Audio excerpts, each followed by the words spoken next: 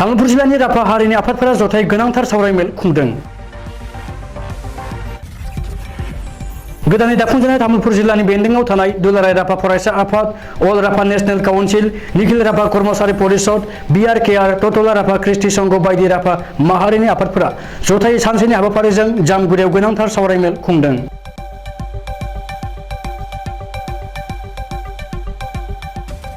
राभा हारिनि खौसेथि लाखिनाय राजखान्थियारि जेंना, रांखान्थियारि जेंना, समाजारि जेंना, सोलोंथाइनि जेंना, हारिमुवारि जेंना बायदिखौ लानानै गोथौयै सावरायदों आरो बेफोर जेंनाफोरनि सायाव खामानि मावनो बिथांखि आजावदों।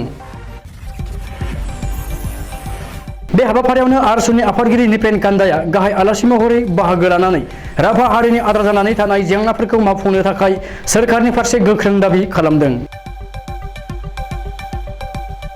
बेजों लोगोसेनो जेंनाफोरखौ मावफुंनायाव तामुलपुर जिल्लानि राभा हारिनि सुबुंफोरनिफ्राय थोजासे मदद मोनगोनखौ मिजिंथिदों।